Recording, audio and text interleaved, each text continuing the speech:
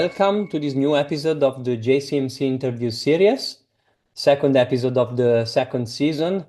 So I'm very pleased today to introduce Professor Kreuzer from Technical University of Munich. And I think the majority of you already know him because he's kind of a superstar in the world of EEG monitoring that is very close to what we publish every day in our journal. So welcome, Matthias. Thank you, Michele. Thank you. So you already know me, so I can skip the introduction about myself. I am neuroanesthesiologist at Istituto Besta and social media editor of the JCMC. So today we are here to talk with Matthias regarding a paper they published in April 2025, which was chosen by me and the editor-in-chief Francisco because it's a really we believe it's a really cool paper that we published, which is EEG features associated with Alzheimer disease and frontotemporal dementia are not reflected by processed indices used in anesthesia monitoring. And we choose it because this kind of stuff, we believe it's about the future of EEG monitoring. So I would start asking Matthias, what's this paper it's about? Yeah, thanks, Michele. Actually, this was kind of a really small idea because when you're doing the EEG monitoring, you always have only this BIS number. Like this is how it started 30 years ago. And we were like, no, we need to look deeper. And, we are all doing this EEG education and trying to make everyone understand what's really going on.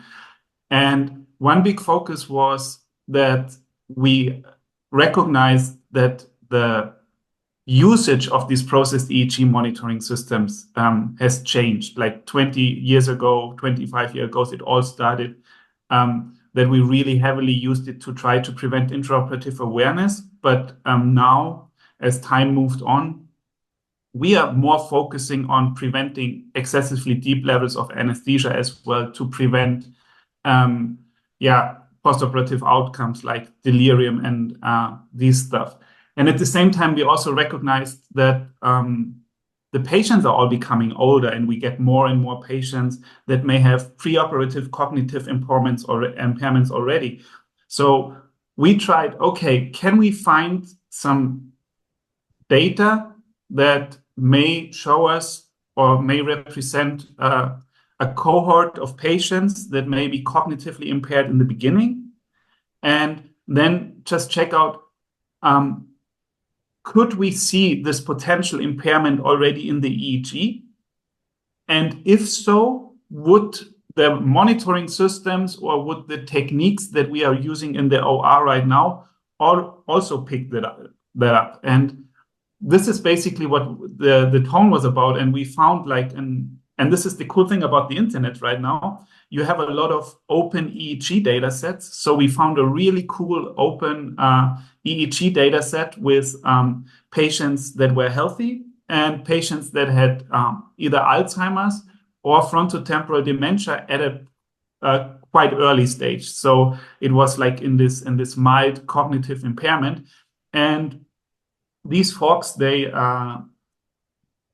recorded multi-channel EEG, and we took the frontal EEG recordings and the occipital EEG recordings because they recorded eyes closed baselines. And the frontal EEG is what we use in the OR, and the occipital EEG is where you would assume to have the strongest effects in terms of, let's say, alpha oscillatory activity when a patient closes the eyes. And then when we analyzed this, we found that indeed we could, and this is really, we could really identify patients that may already have a preoperative cognitive impairment. But then we also could show that when we use the approaches that we are currently having in the OR, this identification would be not so good. And so the conclusion then is, okay, we have a lot of information already in EEG baseline recordings, and we are not the first ones to show that when it comes to the association to delirium. The Susanne Koch, Claudia Spies group from Berlin also showed this. The Miles Berger group from Duke and now Stanford showed this. But now we are kind of started to assess and categorize the patient preoperatively by their cognitive status and looking at the EEG.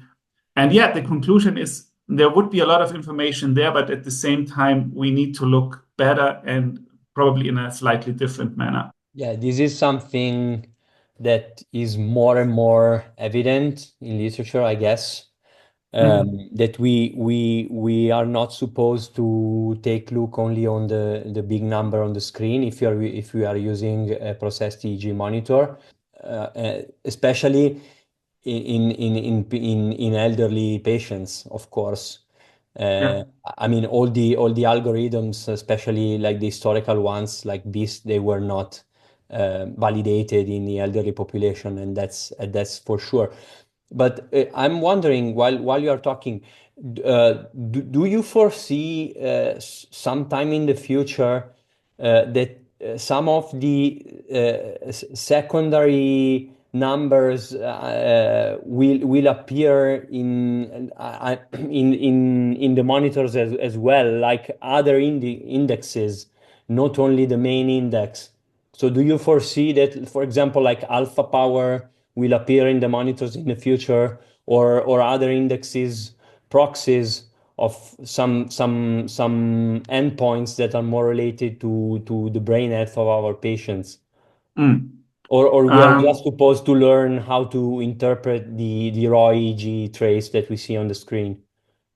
that's a tricky question because I know from a clinical perspective, of course, it would be cool to have numbers. And I think the one size fits all number that we are using right now that is heavily processed, um, uh, especially like the commercial numbers where we don't exactly know what they are doing, they may not be the best solution for every patient because, as you said, the BIS was not trained on the very old, and so on and so on.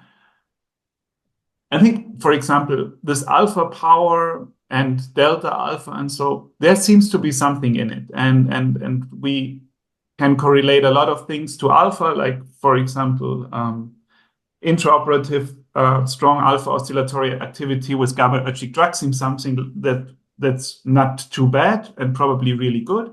At the same time, when we extended it to these baseline recordings, we also could see there is something in alpha.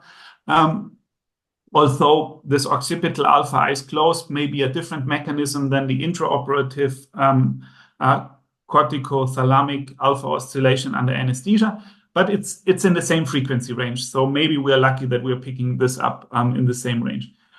So I guess alpha activity, for example, or relative alpha, or maybe even now that we have these new algorithms like the FOOF or so, where we can really identify the alpha oscillatory activity. I think this could be a really cool addition in the future. But that being said, I would not like to make it too simple for the anesthesiologist in terms of saying, hey, here's another number, look at it and trust it. And this is where you come in with your suggestion, like, should we learn the EEG and the DSA? And you're also very active in social media and posting a lot of DSAs and commenting on a lot of DSAs. And I think this is really great right now. And this is what we should continue having, like real education and discussions about what are the typically EEG signatures in a healthy patient, what are the deviations in a deceased or sick patient cohort, and then more and more understand. And then you can always look at the numbers, whatever indices it is, to then assess the patient's level of anesthesia. But I think one really important thing to know is that from a DSA, you most likely can easily guess the number, whatever index it is. So this is really something that's easy. But if I give you a number, there is no way you can basically draw the DSA from it, because there are way too many options like how this could look. And this is just to be aware that this reduction in information to get this index is just huge. And so we should be always, if using these indices, take in all the other information, like from the raw EEG and DSA as well. I mean, just because you can drive a car, you wouldn't drive a car without a driver's license, right? So I think this is something we should get kind of some teaching in EEG and DSA. And when we are doing our workshops, we feel that people are becoming more and more confident. And so I think it's a good thing. And then for the quick glance, have a number. It's all good. But then, and I don't know how you feel about it, but I think it would be a great thing if you start anesthesia, and if you, with all the information you have, you kind of try to navigate your patient to a level you are happy with, and then you're checking the numbers, because then you know this is kind of the number for the patient. And I think this is something that we should do in the future. And then what this paper also is about, like we had this awake baselines, and why not calibrate the number or the algorithms to the awake baseline of the patient. So you take 10 seconds of EEG, maybe you push a button in the future, you take 10 seconds of EEG, and the algorithms already is analyzing like the baseline eyes closed EEG and can extract features that may be good or bad, but they will tell you something about the patient. And maybe if we do more research, they can tell you something about what we can expect of the EEG under anesthesia. And then we would move away from this one size fits all number to a number that is very individual and personalized to the patient. So I think this if we want to continue with numbers, I think we have to personalize them a little bit more. I absolutely agree. I mean, me and my head, a couple of years ago, we wrote an editorial that is entitled "It's not about the car but the driver." So the Yeah, example is perfectly coherent with what I personally believe, and also what literature is showing more and more, that we are not supposed to rely only on the number. And I totally agree that the only way we have is to increase education.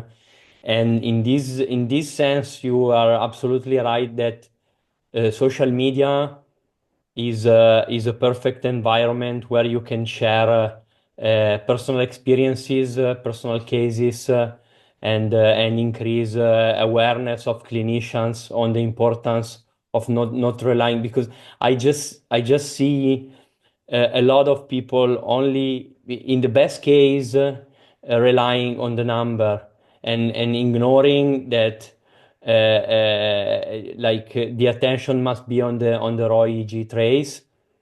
And also another point that I would discuss is that we also need manufacturers to implement and to standardize filtering, and the way people is taking look because raw EEG trace is one thing, but filtered raw EEG trace is another thing. So we have to be aware as clinicians on the filtering options, and if and possibly if possible, to know how the manufacturer is filtering the trace, because I mean it can have an impact on the things that we see on the screen.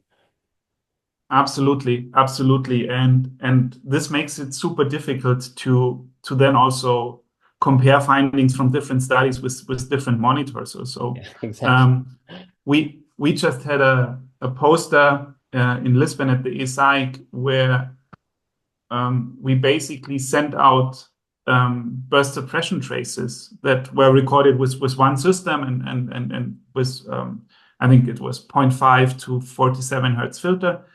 And we had some super nice burst suppression traces, we had some negative controls, and we had some not so nice okayish, where we would say this could be burst suppression or not.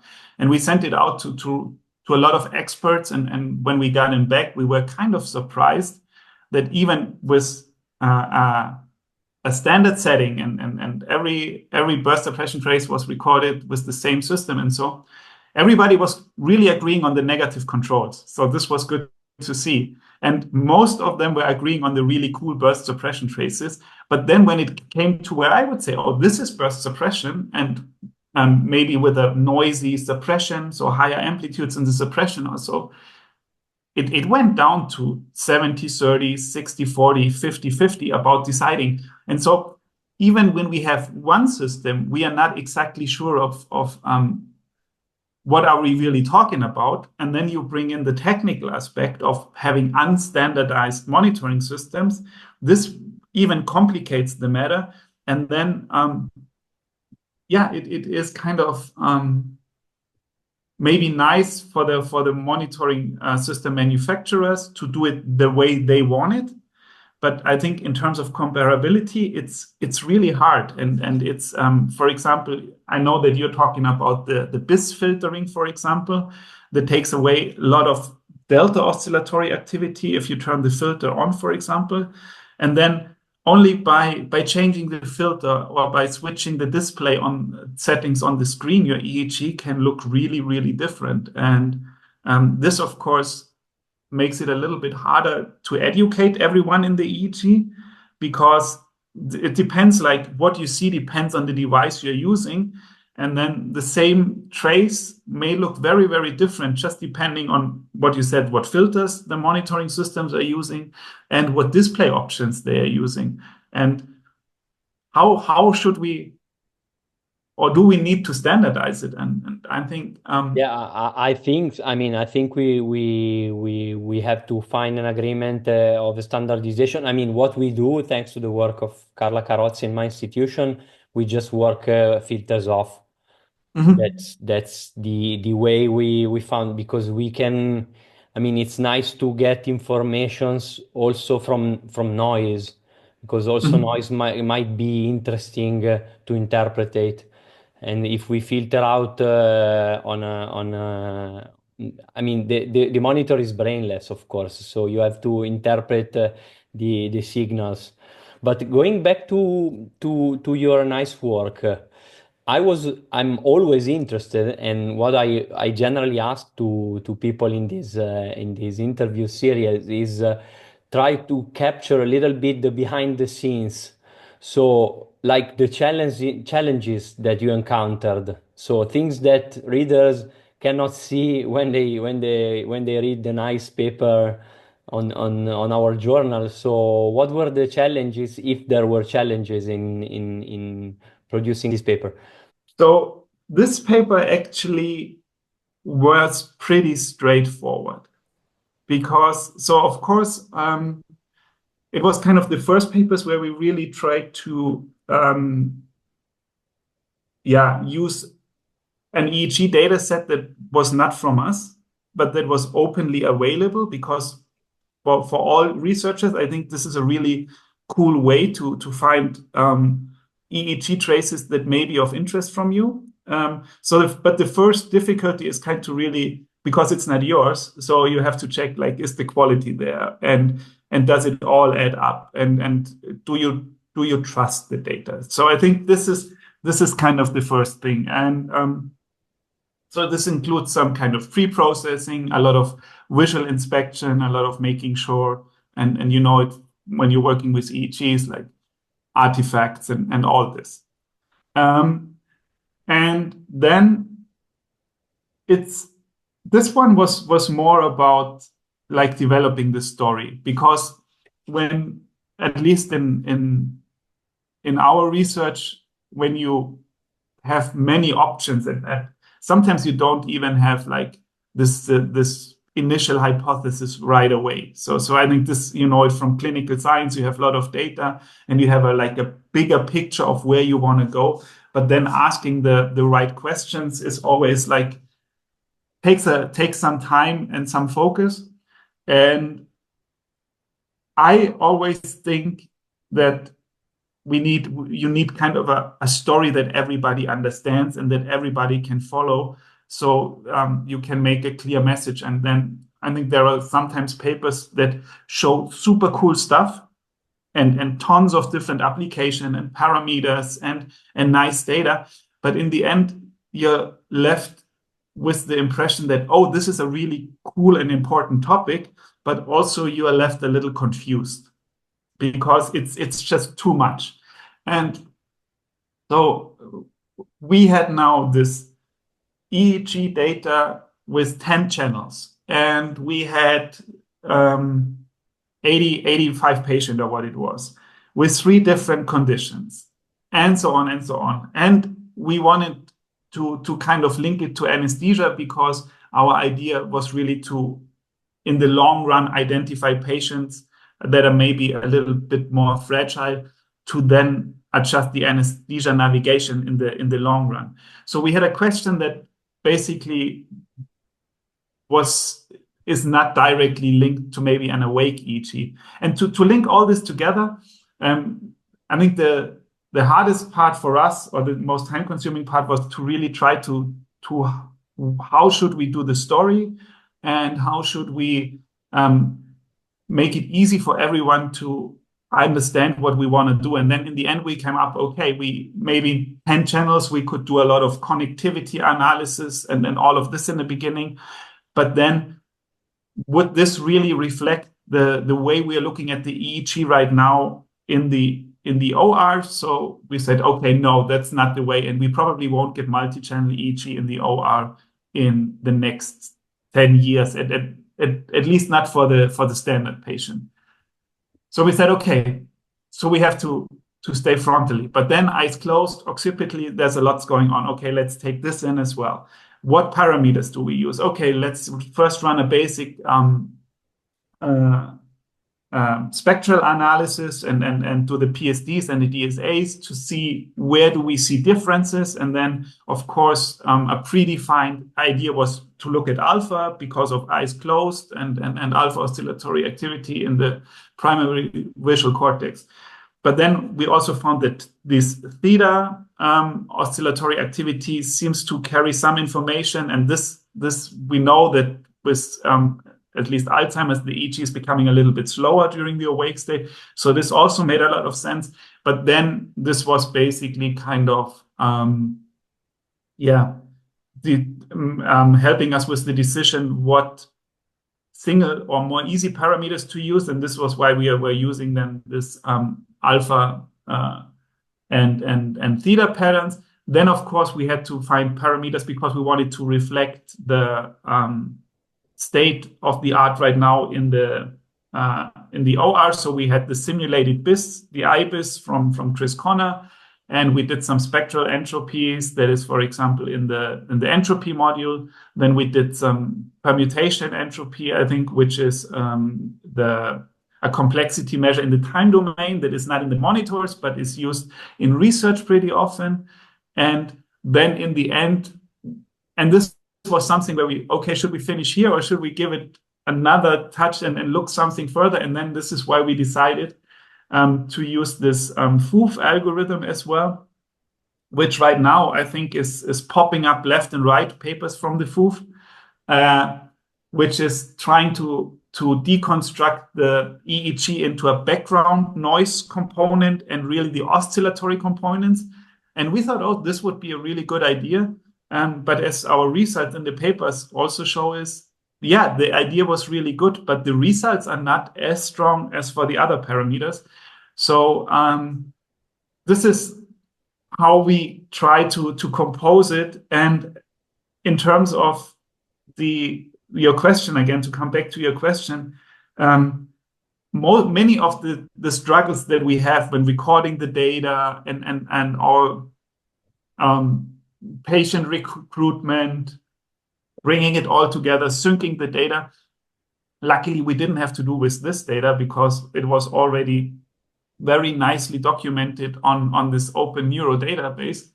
But then, of course, we put a little bit more thought into the approach of how we want to analyze it. And for every researcher, I can just make the recommendation.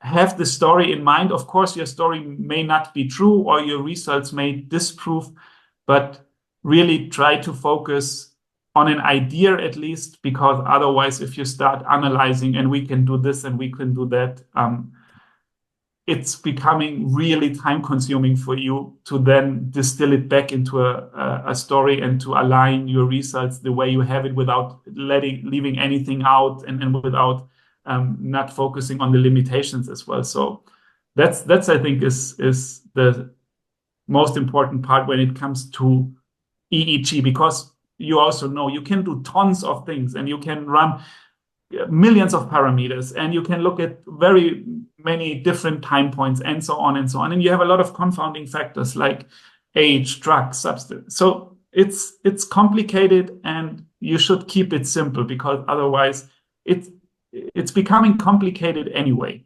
So if you already start complicated, then you're in a mess probably.